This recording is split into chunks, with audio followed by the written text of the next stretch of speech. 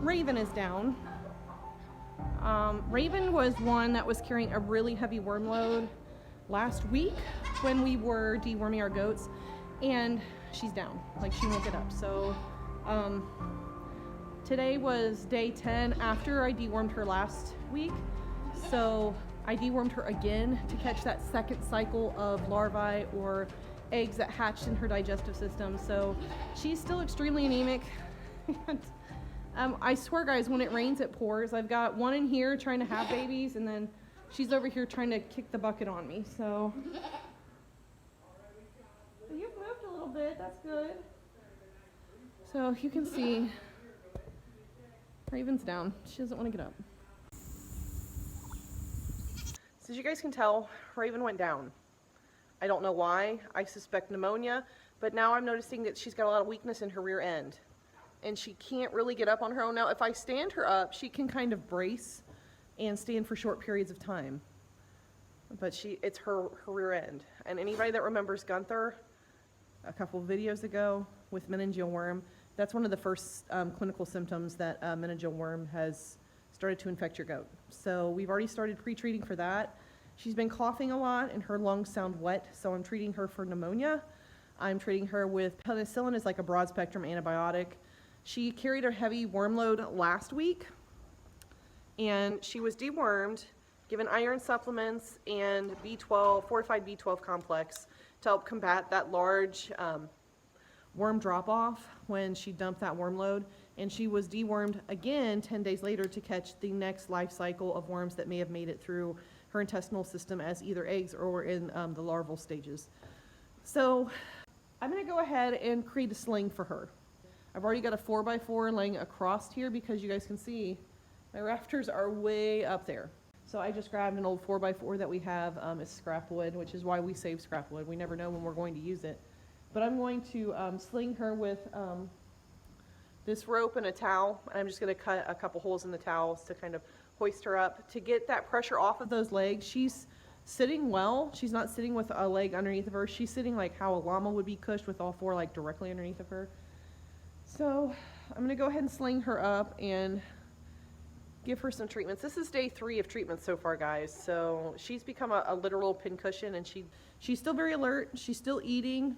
She's not lethargic. She can stand, but when you see clinical signs of Meningeal Worm already sneaking up in your animals, you're with Gunther, it was a battle against time, and we lost the battle. So I'm hoping that we caught her soon enough.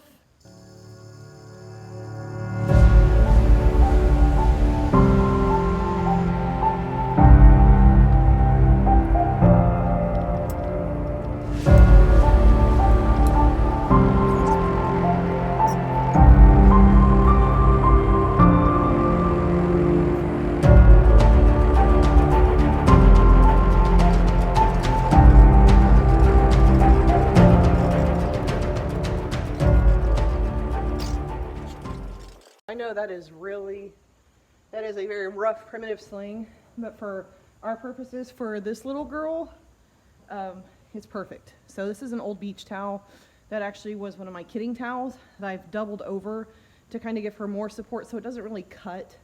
And it gives the rope, when you cut it through the towels, a little bit more fabric to hold on to so it doesn't rip. So if she puts her full weight on it, which is like a whopping 35, 40 pounds, it's not going to rip as easily. I don't want to say it won't rip, but I just need to get her up so that she can get her feet under her and keep those muscles moving and give her a chance to poopy and pee-pee. And like her stool right there, I'm looking at it and it actually looks pretty good. It's all the tight little berries. It's probably a little bit moist. They're not clinging to one another, but it looks a little bit wetter than I'd like to see it look. So, excuse you. So now I get to make her a pin cushion. So I'm going to try to come out every few hours and give her 15 to 20 minutes to stand up for some water. See, because she's trying to go right now. She's trying to go right now. You're all right, Mama. This will help you. This will help you. Yeah, she's trying to go down on me right now.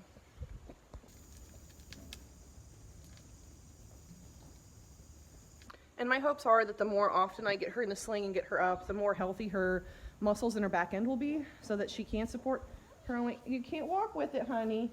That's good that you're wanting to walk, but you can't walk very far.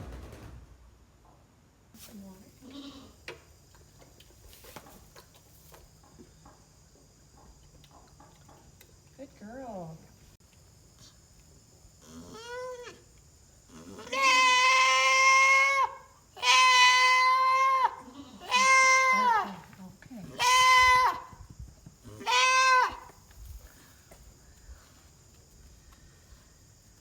Okay, that reaction has me a little bit worried. She's acting like there's a lot of pain in the rear end, and she hasn't been doing that. Like this crying out. It's all right. We're gonna call the vet. I know it's Labor Day, and he's probably, but I really feel like there's something going on in her back end. I feel like she needs an x-ray. Because every time I touch her rear end now, she wasn't doing it yesterday. She would whimper a little bit, but I figured it's just because she was numb. But when I touch the top of her hip bones, like down to her pin bones, like she starts screaming. So maybe it's not meningeal worm or anything. I'm gonna get her a shot of dexamethasone, which is like a steroid anti-inflammatory, kind of like Banamine. It'll just bring the inflammation down hard. So if she does have, because there's a little heat back there too that wasn't there yesterday, so I'm worried she's got something else going on that's starting to get an infection. So there's how you make a makeshift sling for a goat. It worked pretty good until she started trying to move around on me a lot. But yeah, I'm gonna call the vet. So we just got back from the vet with Raven, and nothing's broken. We took some x-rays and looked at her spine, her hips, her legs on both sides, and there's nothing there. He thinks that, he's like, keep treating for meningeal worm. He's like, however, I feel like this might be a nervous system thing, which is right in line with meningeal worm. So he says, keep doing what you're doing. Keep giving B vitamins, red cell, and deworming her for meningeal worm. And he gave me some more dexamethasone, which is exactly what he gave me for Gunther, so that it takes down, it's basically like a steroid and anti-inflammatory, so that it takes the pressure off of the nervous system if there's any swelling, so that maybe there could be swelling on her spine that's making her rear end weak.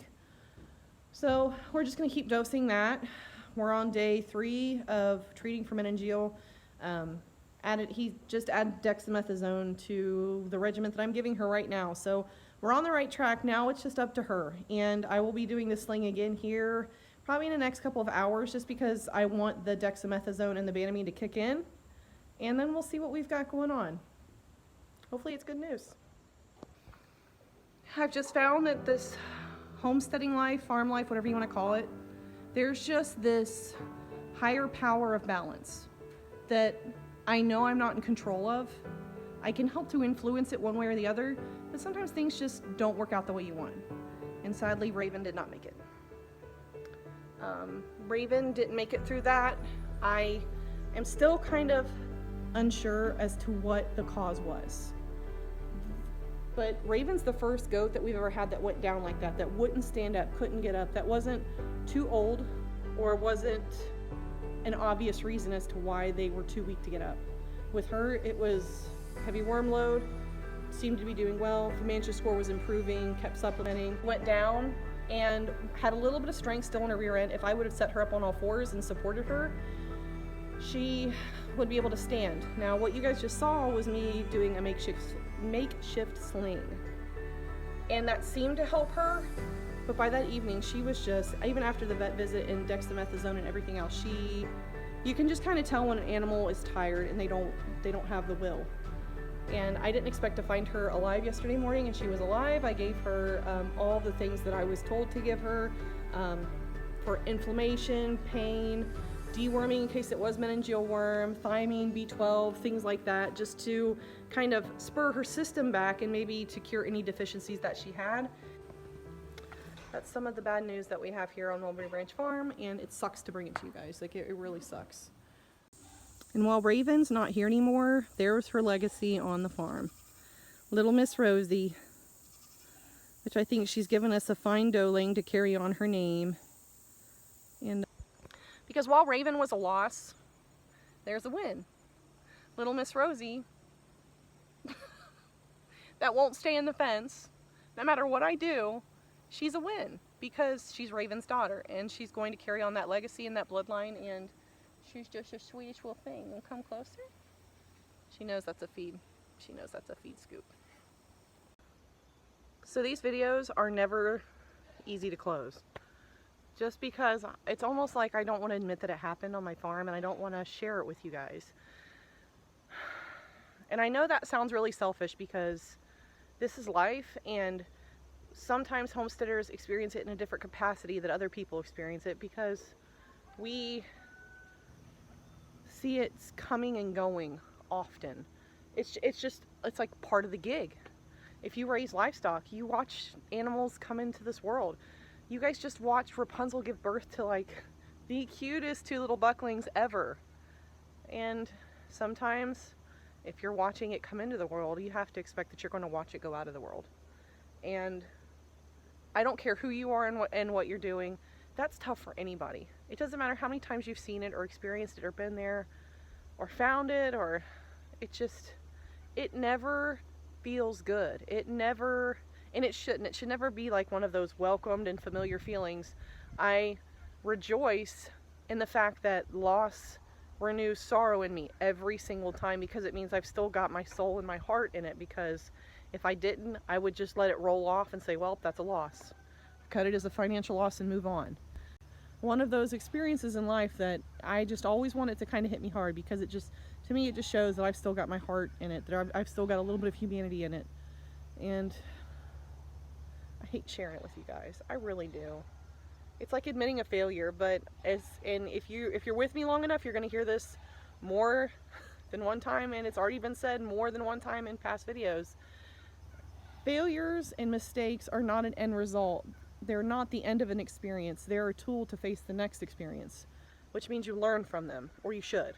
And if you don't, that's when you need to stop and go and take an introspective look at yourself and try to figure out why have I not learned from it? What am I missing? What am I not taking in? But I'm sorry I had to bring that to you guys today. I hate bringing it to you.